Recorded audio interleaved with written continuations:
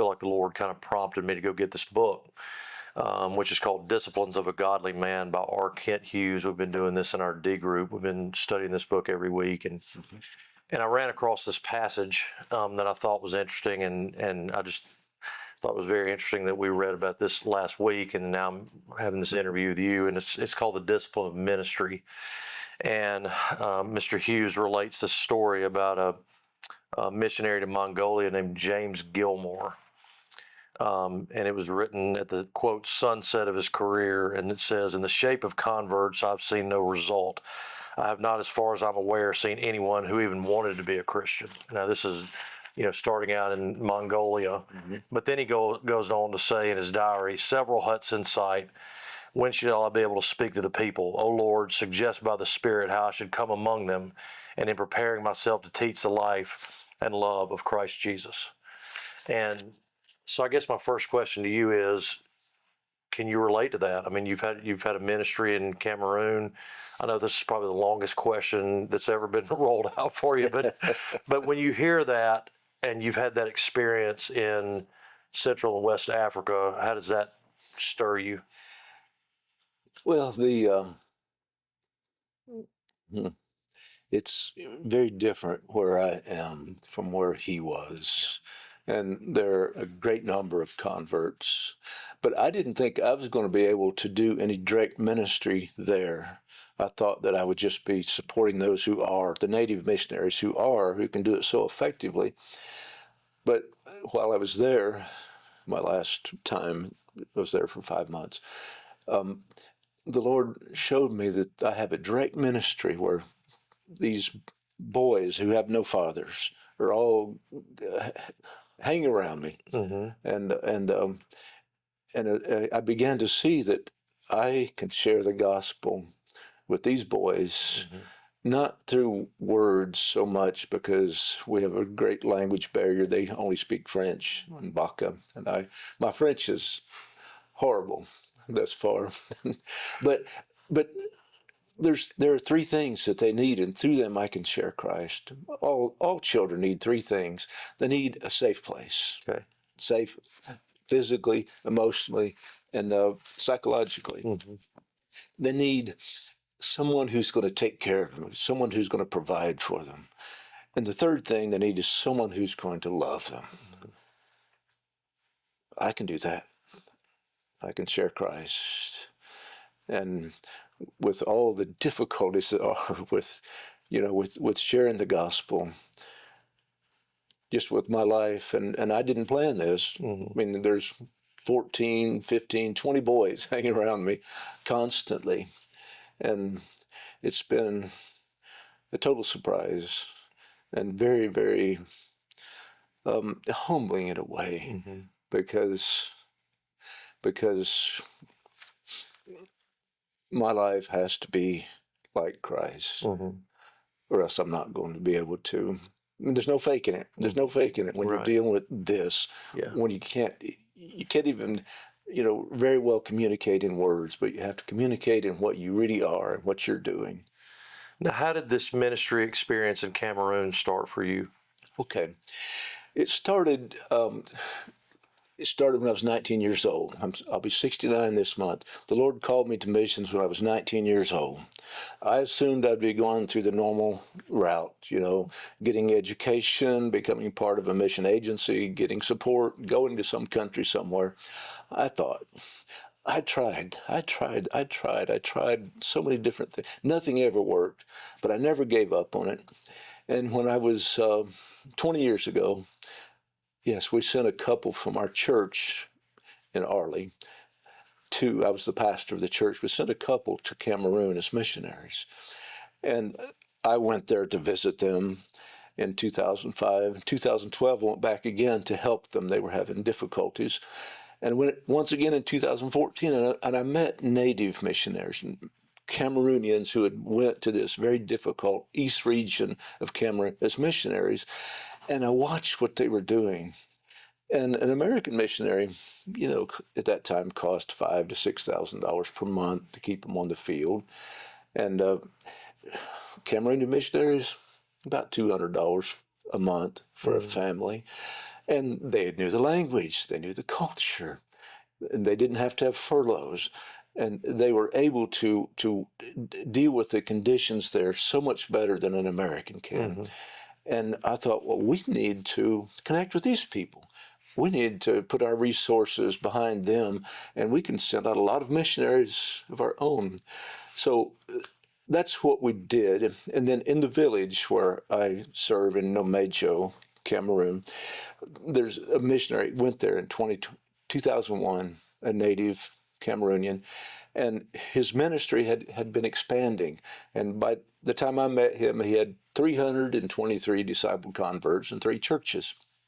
That rapidly expanded. Now there's about 70 churches, 17,000 discipled converts, 50-some pastors, and they're so lacking in resources. And my thought all along was I could help them get resources. And so we sent a shipping container. They have a little hospital in the about 1,200 square foot building, and we sent an X-ray machine and ultrasound machines and lots of equipment. And it's the only X-ray machine within about a 3-hour drive, by the way.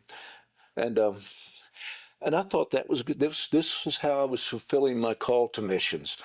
They called me a missionary to Cameroon who lived in Alabama. And I thought, well, that's what the Lord was doing all those years ago that he made me wait so long for. But I'd been there, I think, 16 times when everything changed. And it's really hard to tell this part, but it has to be told. But anyway, my wife was afraid she would suffer from Alzheimer's because her father did, all of his family did, and she was just terribly afraid of that. So she had been praying that before she ever lost independence, if she got Alzheimer's, that she would die in her sleep. And she was young, 64, and she was starting to show signs of Alzheimer's, and she was soon not going to be able to drive any longer, and the Lord answered her prayer.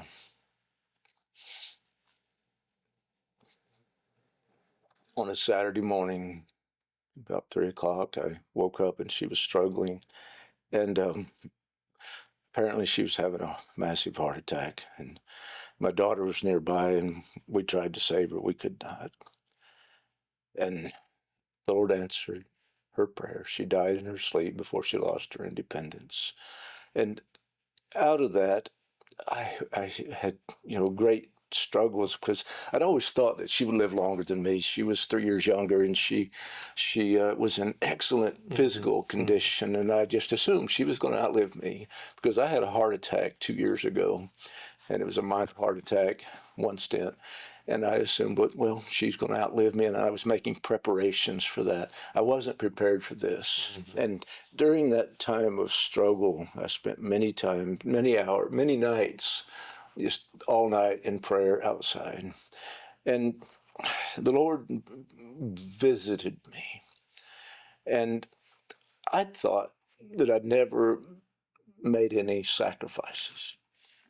Because, going to Cameroon, to the poorest of the poor, it was hard, but there was always someone who was sacrificing more. I mean, I griped because I was sleeping on an uncomfortable bed, but the person who normally slept on the uncomfortable bed was sleeping on the hard floor, so I could have a bed. And the food, not so great, but people were giving us the best they had. They were doing without so we could eat. So I never thought that I made any real sacrifices. But during that time, the Lord made it very clear that I had sacrificed, and my sacrifices were acceptable to Him. What year did your wife pass away? November 9th, 2024. Okay. He made it clear to me that I'd worked for Him. Now He was going to work for me. And I had this conviction I was to go to Cameroon with no agenda. Just go and see what He did, and observe that, and from that I would know what I was supposed to do.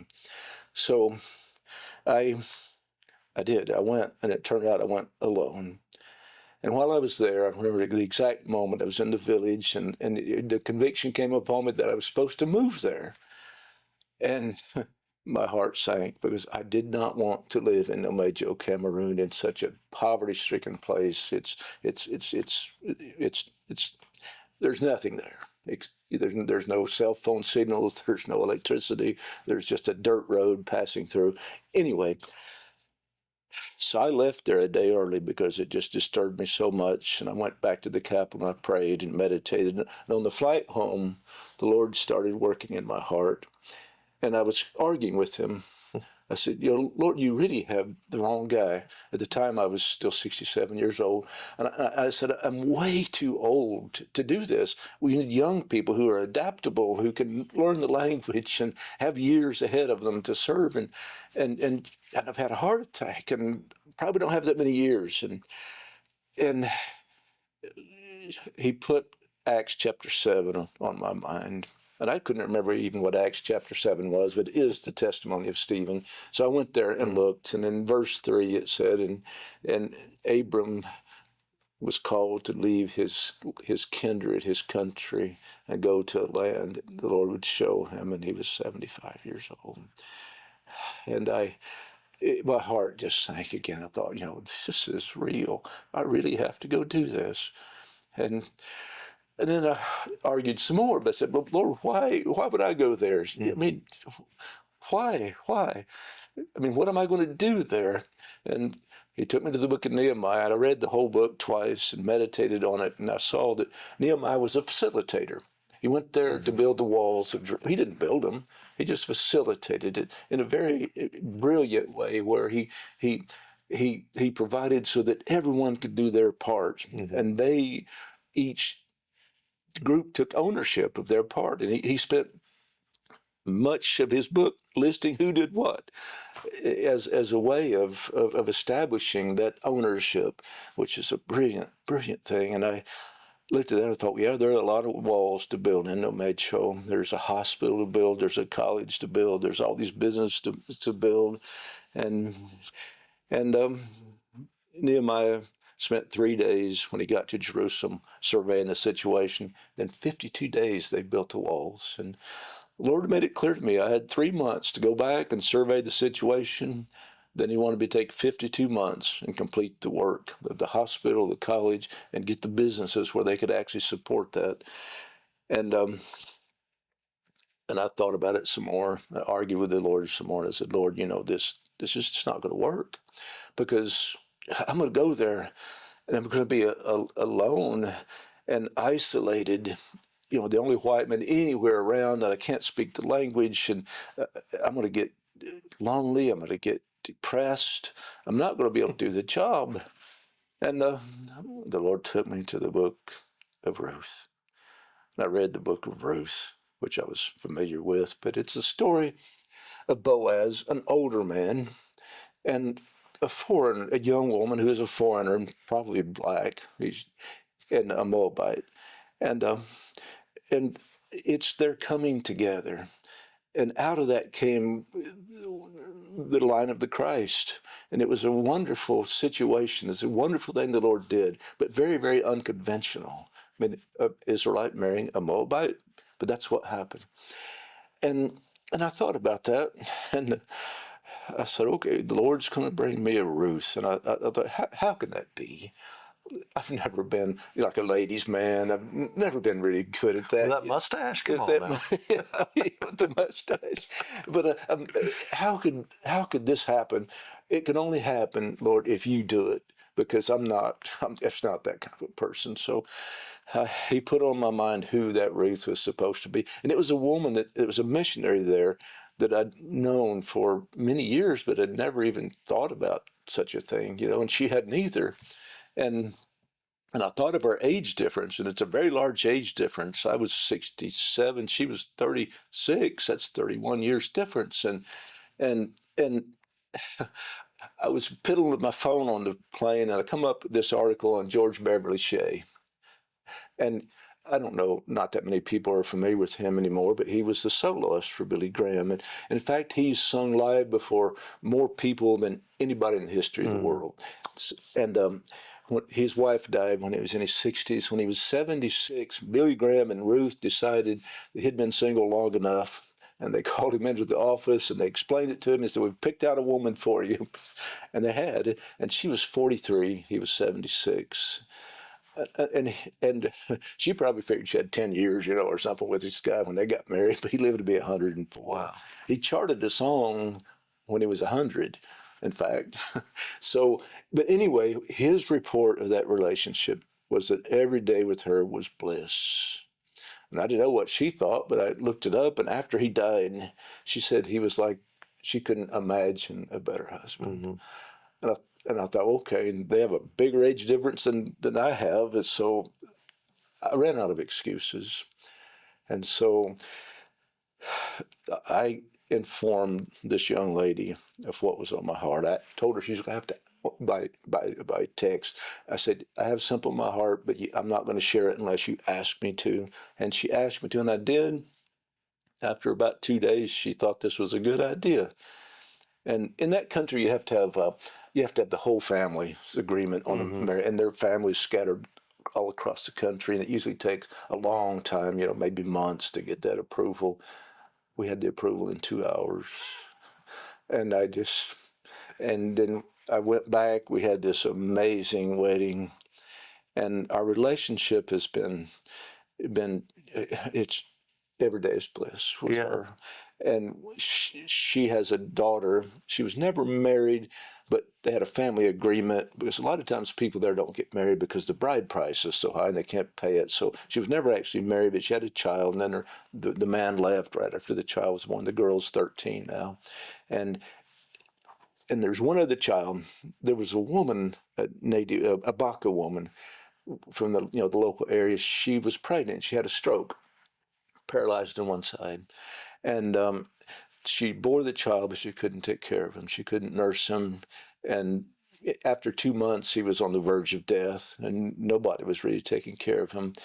And my wife-to-be, it was just burdened so heavy with this. And she, one night, she prayed all night long. And in the morning, she said, "I'm going to adopt this baby. His name is Hope Moses." And so he's a wonderful little fella. And he and I are just like this, okay? And everywhere I go, he goes. And my hope for him, my hope for Hope, is that he will be a deliverer for his people, just like Moses was. That he'll be a Moses for his people. And he's growing up trilingual, English, French, and American English, that is, French, and Baka. So that's how I became part of the ministry.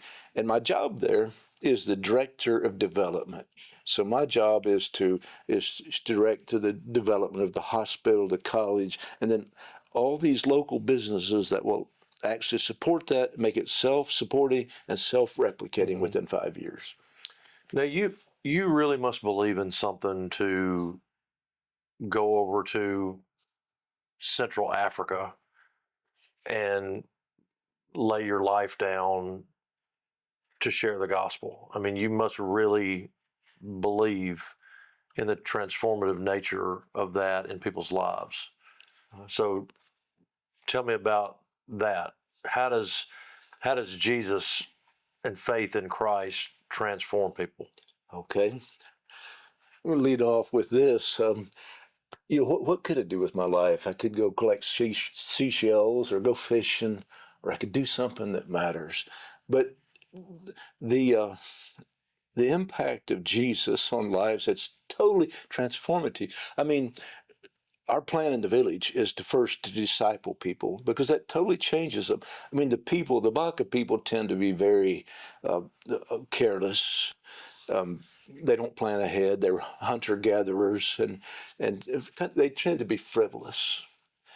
And the fathers tend to not take care of their children. They're thieves. They're almost all thieves in the unregenerate state. And if they get any alcohol, they become violent. And so I've known 4 men there that murdered their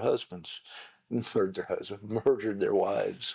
And so when the gospel comes, and you begin to disciple people also, but the Spirit of the Lord has his work, the people quit stealing. They start working with their hands, as the Bible instructs us, and they provide for their families, and they also help others.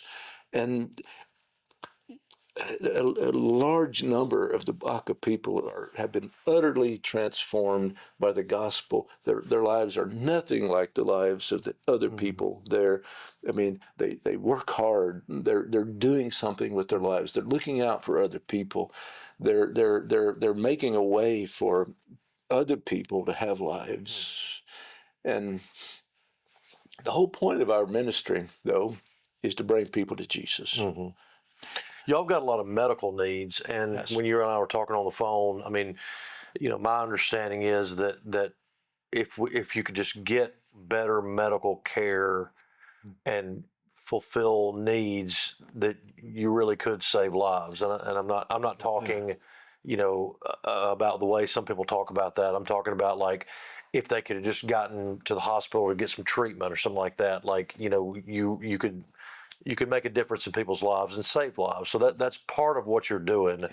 And you've got these medical needs, you've got some hospital needs, but again, all that is grounded with, we're sharing the gospel, we're sharing the love of Christ to these people. Yes. And the hospital we have, it's been there for how many years now? Maybe 10 years. In the beginning, it only had a nurse, and it's like a 1,200 square foot building. And then a doctor came in 2016, and we sent an X-ray machine in 2020, an ultrasound machine, and a radiologist came. And so they actually have 4 main people in the hospital now. There's a doctor, a medical doctor. His wife was a nurse and a midwife. There's a radiologist. Then my wife runs the lab. But all of these people have to act as doctors sometimes because the doctor can't always be there. So my wife treats patients. And but right now the X-ray machine is broken. It was the one we sent was old, very old. We have a shipping container we sent, which has 2 X-ray machines in it, a portable one and a stationary, and it's stuck in the shipping port in Cameroon now. That's one of the reasons I'm back in Alabama raising money. I got to raise $13,000 to get it out of it. The exorbitant taxes, to pay those exorbitant taxes, and money is coming in. And thus far, I believe we've taken in 5,600, and have lots of promises from others. So we want to raise 13,000 for that, and then to finish the first new building of the hospital, the walls and the floors, we need about $12,000, and it's between 4,500 and 5,000 square foot building, so it's much bigger. And but this hospital, people are dying all around. People who could be saved if we just had the right facilities there. I mean, some of the deaths are heartbreaking. And just unnecessary, right? Yeah. Yes. Like, for example, I was there watching this when there was a little girl. She was about late 2, almost 3 years old, and there was a lung infection going around, a respiratory infection going around among the very small children, and she had that. They brought her in. Her blood oxygen was about 39%, very, very low. And so we have an oxygen extractor there, but we have to run the big generator to operate it, and it runs on diesel fuel. And we ran it for 12 hours and got her blood oxygen up to 90%, and we ran out of diesel fuel. And so we sent her away to the district hospital, which has an oxygen extractor and public power. It's about 15 miles away on dirt road. They went. The public hospital's oxygen extractor was broken. But it's a very, very poorly equipped hospital, the public hospital. And that night, the little girl died. That's heartbreaking. And when you think about Cameroon, I mean, it's not only is there poor medical care. I mean, this is like the rainforest, Yes, right? yes. And I mean, you're dealing with stuff like yellow fever, malaria. I mean, these are like real problems that are going on. Yes. I mean, I've had malaria 4 times in the last year. And normally, people that are not, well, babies and old people are dying from malaria. I think it's the biggest killer in Africa. Millions die from malaria. And but usually, if we can treat them, we can save all of them. The babies, the old people too, and me. The first case I had in the last year was really bad, and they had to put me in the hospital. But the other three, I just took the treatments. Yeah, but it's treatable. I mean, it's not a death sentence when you right. get it. I mean, if you get malaria or you get yellow fever, I mean, it may not be fun for a couple of days, but if you got the right treatment. And I'm not sure about the yellow fever. I've never encountered a case of it. Or is it typhoid or yellow? Well, typhoid Okay, is. yeah. My wife had typhoid a few months ago from bad water, but the yellow fever, the vaccine is very effective, and it's required to even go to Cameroon. But typhoid, it's one of those. There are many tropical diseases that. Yeah. But it's unsanitary there, right? And then you got to build wells. I mean, it's just poor conditions. I mean, kind of paint us a picture of what the circumstances are like there. Oh, in the village of Namejo, which actually has about 2,000 people. Last year this time there were no deep wells. The people just got their water from the creeks. They just drank it straight from that. Mm-hmm. And a lot of people got diseases from that. But we, the missionaries, and I have paid to dig 2 deep wells. It was actually early this year they were finished during the dry season, and we put solar powered pumps on them. We have tanks. So there's free water available, clean water from deep wells available in 2 places in the village, and all the children come there with their containers. It's always children, and go back and carry their big old huge water pot on their heads back to their house. And that's a huge improvement for them. And so it's going to result in a lot less disease. Now I can't drink that water because it still has things in it. So I filter it through a big filter, and then it's fine for me. But it would make me sick to drink it. But there are all kinds of other diseases and there's so much filth. Yeah. I mean, if you load some of those people up in your car, sometimes I've had 27 people in my car besides me before. I'm sorry, I hit the microphone. I've had 27 people in the car besides me, and it's pretty rank. But that's really not such a big health risk. But speaking of cars, we were talking the other day, and I mean, it's funny, but it's not funny. But I mean, like, there's some danger involved getting to your little village. I mean, like, they're crazy drivers. I mean, remind me how to pronounce it. It's not Yaoundé. It's Yaoundé. Yaoundé. Okay. Yes, this is the Walker County pronunciation of Yaoundé. But yeah. So I mean, how far are you from Yaoundé? It's just over 200 miles. Okay, and so you got to fly in there. We fly into Yaoundé. And then you drive to Namejo. Yes. So we drive 135 miles on paved roads, which are dangerous, very dangerous, because people don't drive there like they do here. And then we get off on the dirt road, and it's 65 miles of dirt road, which is normally in terrible condition, where when you drive, 30 miles per hour is a pretty good speed until you get to the really bad places. And sometimes they're impassable. So they just rattle cars to pieces, because it's so rough. But on the paved roads, the danger it's the drivers. People there will pass on blind curves. They'll pass going up hills. So you come over a hill and here's somebody's in your lane, and you have to hit the ditch. I've hit the ditch. I don't know how many times. And the big buses, they own the road. If they want to pass somebody, they just pull out and pass. I saw one of them run 5 cars off the road because he wanted to pass a big truck. And the people there, all the drivers just take risks that don't even make sense. And there's so many people killed.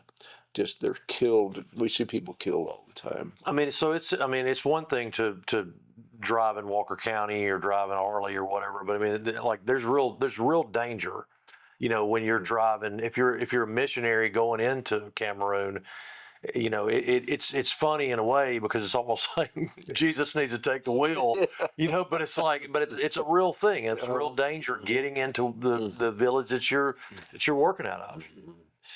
And I think the Lord has chosen me as the poster person for prolonged perseverance, because the car that I got, and I really feel like the Lord is leading me to get this car, is a pile of junk. And I bought it and picked it up in the port city, and then I drove it to the capital, which is about a 2.5 hour drive. Only it took us 14 hours because the catalytic converter was clogged up, and we were going 5 miles an hour up these long old hills. But I was just thinking, this thought was on my mind. We can't give up. You can't just call a wrecker here. We have to get the thing to where we're going so we can fix it. So I just had my assistant with me. I said, we never, never, never give up. Never, never, never give up. And as we went up those hills, and it got slower and slower as we went, it was like, never, never, never give up.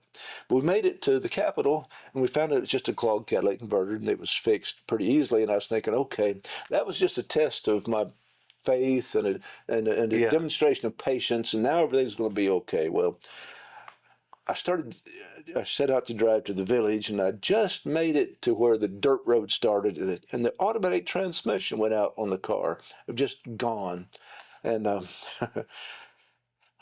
I thought, well, I kicked the car.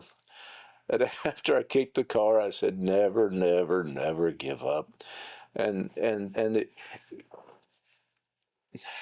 But to date, that car has broken down on the road 34 times.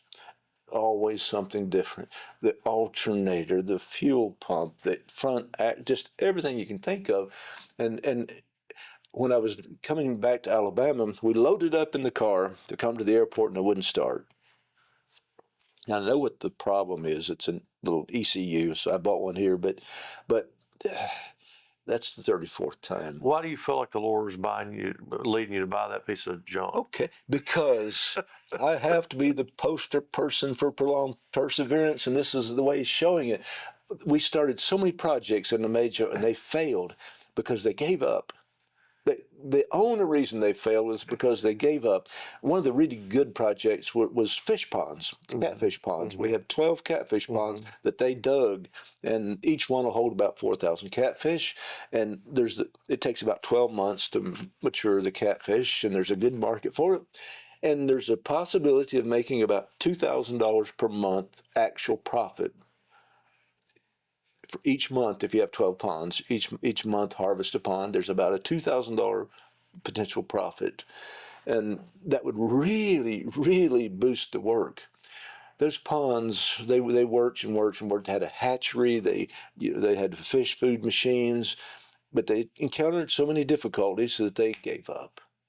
And now none of the ponds are actually stocked. There's some fish in them, but not enough. They stocked one pond about 8 months ago, and harvested it too early. And so everyone has to learn. We have to just keep being persistent. That's the way we're going to accomplish the Lord's purpose here, is through persistence. And the Bible speaks to that, and it tells us, it talks about those who shrink back. And giving up is shrinking back. And we have to just keep going. And another reason I think that the Lord is in this thing with the car, I figured it up. And when the car breaks down in Cameroon, there's a less than a 50% chance it's going to wind up in a safe place. I mean, the paved road, most of it, the rainforest goes right up to the edge of the road. You can't pull off. And it's extremely dangerous. And I've broke down 34 times. Every time, all 34 times, it's been in a safe place and also a convenient place. So it's broken down, but those odds are. But in the midst of that, he shows his goodness and loving kindness to you. Every time he's provided a solution. Yeah. One of the times was kind of funny. I had a electrical test meter in the back of the car, and I had to use the wire off it to jump out the fuel pump. a lead to the fuel pump, the electric fuel pump, so it would run. And my wife, and there was another woman with us, and I was trying to figure all that out. And that day I was pretty ticked off, because this had been, about the 27th breakdown, I think, and it was hot, but was in a safe place. I mean, I remember that time it broke, that just quit. And we were coasting, and there was no place to pull off. And just before it stopped, here was a new road somebody made to their farm, and I was just able to pull off. So my wife and the woman with her and our little baby were over there singing and dancing and praising the Lord while I kicked the car. And they were. And I thought, well, who is the spiritual one here? Yeah. Me or them? I'm surely not praising the Lord right now. Yeah. And so I wound up giving this idea, and I took the lead off my test meter, and I went from the battery to the thing to the fuel pump. Hey, and it worked. Yeah. Yeah. We went all the way to the village with that lead on there. Yeah. This is sort of I don't want to say philosophical question, but this is maybe a spiritual question. And there's times where I know the Lord is wanting me to persevere, and you can just speak to anybody that's dealing with something like this, that you're in an endeavor, and you're continuing to try and try to persevere, and there's some times that you need to persevere, and there's other times where it's time to set it aside and do something else. He's calling you to something else. Yes. So how do you discern that? Like, how do you discern the Lord's will in a particular situation? Okay. Well, that motto I was quoting, never, never, never give up. Of course, that's adapted from Winston Churchill, who said, never, never, never give in. Mm-hmm. Then he had some qualifications at the end of that, and they're common sense qualifications. And in my case, I know that I got to persevere because I've been given a task, and we can't stop until it's finished. Right. And so it's really all cut and dried there. But it's a very complicated issue about other things, to know when to actually stop and quit investing in something that's never going to yield anything. And I think that we have to really trust the Lord on that, and sometimes all we have to go on is whether or not we have the peace of Christ in our heart concerning that. That's all we have. And I think a lot of times it's just by means of asking Him, like, Lord, do you want me to continue this, or do you want me to step into something else? And give me the peace about that in my heart. You ask Him. Is that fair? I mean, and yes, it is. And sometimes you can step back and not give up. You just step back and say, Lord, I'm just going to watch and see where you lead. I don't know if I should go on or stop. I'll wait for you to give me some indication. And He will. He will. He's certainly not far from us, and He wants to give us guidance as long as we are submitted to Him, and as long as we are not shrinking back. Yeah. But Satan can open doors. I mean, like, Satan can tempt you with an open door, and even then you've got to have discernment of, like, okay, Lord, this door is open. I'm seeing this happening. Is this you? Is this what you want me to do? And if so, confirm that. And so, because you can't step back and circumstances can start occurring. Is that kind of a fair assessment with that? Oh, yes. Yeah. And we can be deceived, but we can trust the Lord to give us the guidance that we need. Yeah. We can trust Him. We just don't need to jump to conclusions because some door opened that, okay, this is the Lord. It's obviously the Lord, Yeah. Well, it might not be. I mean, confirm it with me. You might be, completely deceived. But you just have to keep, trusting, have that faith, and don't jump to conclusions. Yeah. I've done that myself. I've jumped to conclusions. Oh yeah, this is what the Lord is doing now, and well, maybe not. Yeah. Right. And the big things that have got me to where I am now, things that have happened recently that's got me full time in Cameroon, the Lord confirmed them many different ways. Even, for example, the 5-year plan.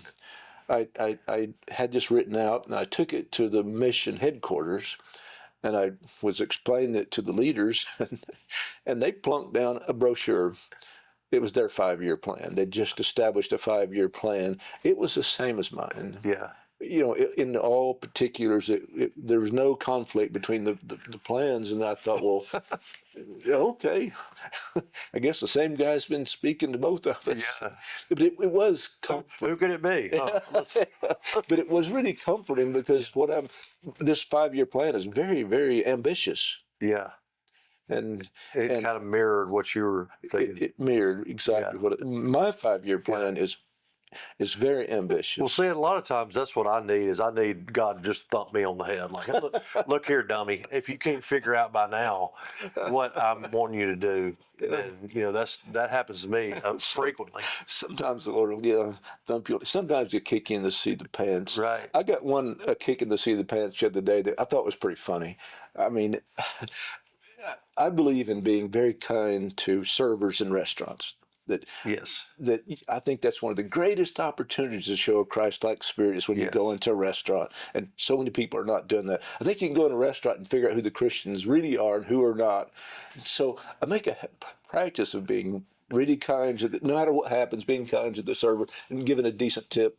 Well, I went to Louisiana last year. When I was coming back, I was really, really tired. I stopped at a Cracker Barrel restaurant in Tuscaloosa, and the service was horrible. I sat there for 15 minutes before anybody even come and talk to me, and then they got the order wrong, and then the food was cold, and it was all bad.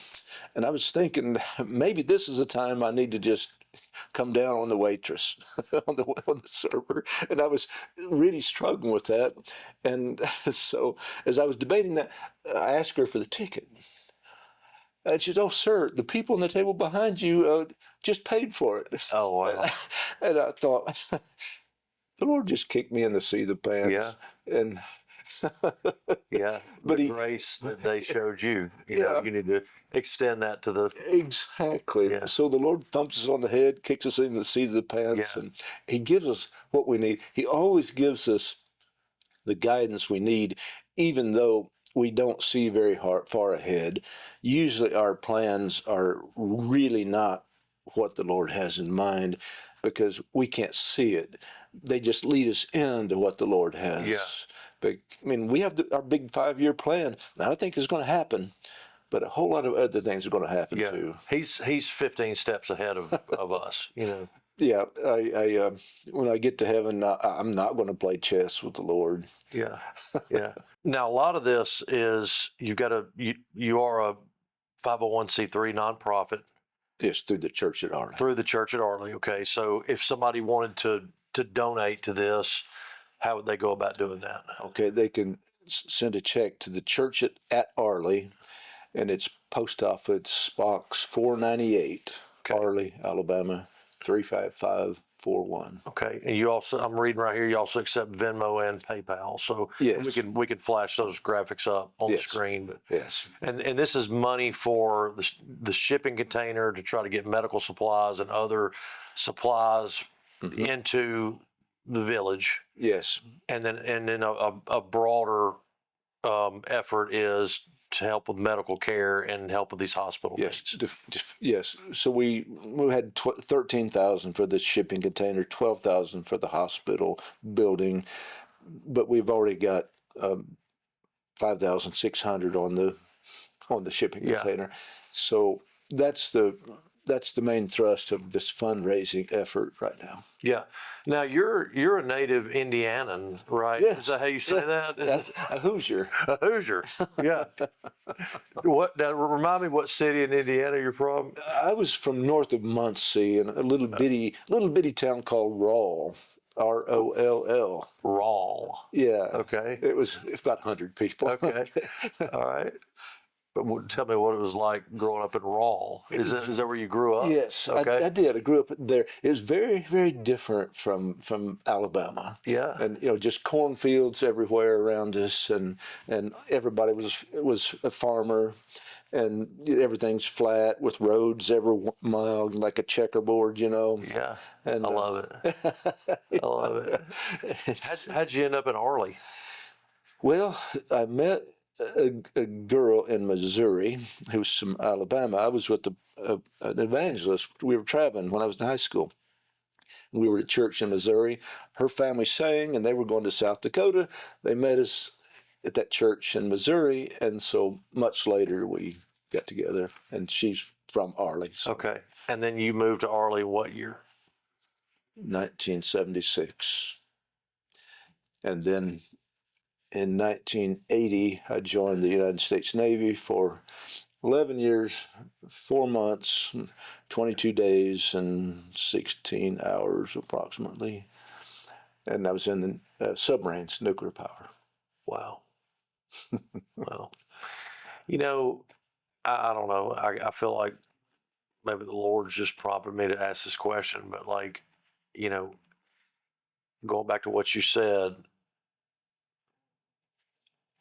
I can live a life of meaning and purpose if I'm living it to share the gospel, Yes. you know, and so, you know, this effort that you've, you know, just kind of wrapping up your thoughts about this whole effort, Mm-hmm. you know, you want your life to count, Yeah. but more so than that, really, even, you know, you want to advance his kingdom, Mm-hmm. but you want other people to experience the abundant life here on this earth and also be written in the Lamb's Book of Life Yes. and spend eternity with him. Mm-hmm. And some of it maybe sounds selfish, but I want to have the presence of the Lord with me. And the way that happens, according to John chapter 14, is I do what he says. If I keep his commandments, then he's going to make his dwelling with me. And his Father's going to make his dwelling with me. And they're going to manifest himself to me. And that is the thing that drives me above all else. Go to Cameroon. I can meet Jesus there because that's what he told me to do. And one thing about it, I think when you follow Jesus, you'll never have a boring day. I certainly don't. Mm. I never have a day when I say, okay, what am I going to do today? It's just every moment is filled with things that have meaning. Yeah, just a richness of life. Yes. You know, absolutely. Mm-hmm. Well, man, I think what you're doing is outstanding, and it's awesome what you're doing, and you know, kind of makes me want to come over there. So We'll keep a spot for you, okay? And later it's going to be much easier because I'm going to build a house that's a little nicer where people can have better accommodations, Yeah. safer accommodations. sounds great. Well, listen, I hope you raise your money, and we just we wish you the Lord's best with all your endeavors, and Thank you. thank you so much appreciate it. for coming on. Well, thank you for the time. Yes, sir.